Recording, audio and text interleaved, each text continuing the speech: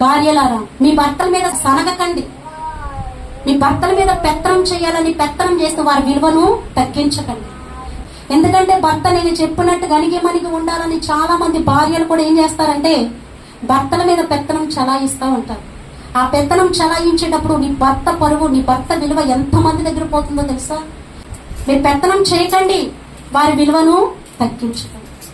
ఇంకొకటి, నీ కంటికి ఇంపైనవి నీకు కొనివ్వలేదని చీటికి మాటికి రుసరుసలాడుతూ వాళ్ళతో మాట్లాడుకోకుండా దూరం పెట్టకండి.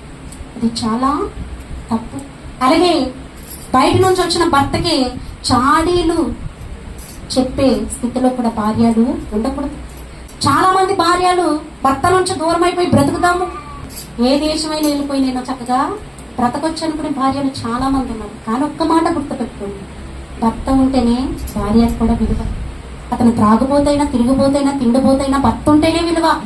ఒక్కసారి భర్త లేని స్త్రీలను మొగుడు ఎదురేసిన స్త్రీల దగ్గరికి వెళ్ళి వాళ్ళని అడగండి, ఎన్ని నిందలు అనుభవిస్తున్నారు, ఎన్ని అవమానాలు అనుభవిస్తున్నారు, ఎన్ని మాటలు వాళ్ళు వింటున్నారు చెప్తారు. అప్పుడైనా నీకు అర్థమవుతుంది భర్త యొక్క విలువ.